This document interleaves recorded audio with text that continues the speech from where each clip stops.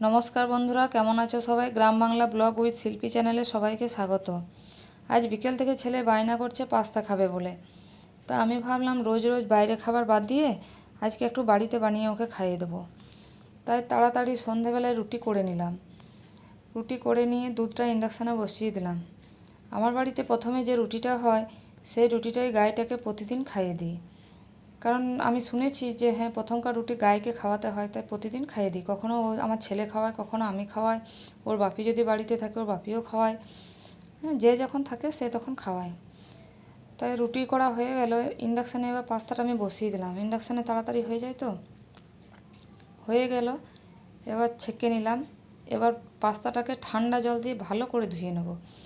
কারণ ঠান্ডা জল দিয়ে ধুলে কী হয়, পাস্তাটা চিটচিটে হয় না, কারোর সঙ্গে কারো লেগে থাকে না, বেশ ঝুরঝুরে টাইপের হয়, করতে ভালো হয়, কড়াইয়ের গায়েও লাগে না। তাই একটু সাদা তেল দিয়ে কড়াইটা বসিয়ে দিলাম।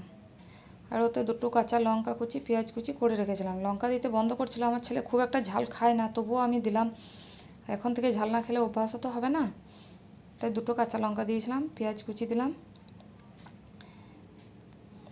এবারে ভালো করে ভেজে নিলাম এই দুটো।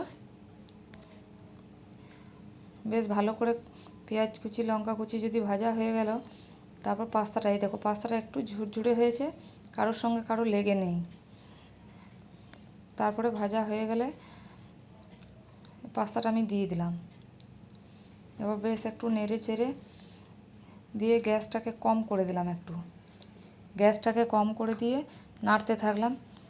তারপর একটু পাস্তা মশলা দিয়ে দিলাম। এবার সস দিয়ে নামিয়ে নেব। আমার এই ব্লগটি কেমন লাগলো তোমাদের একটু লাইক কমেন্ট করে জানাবে।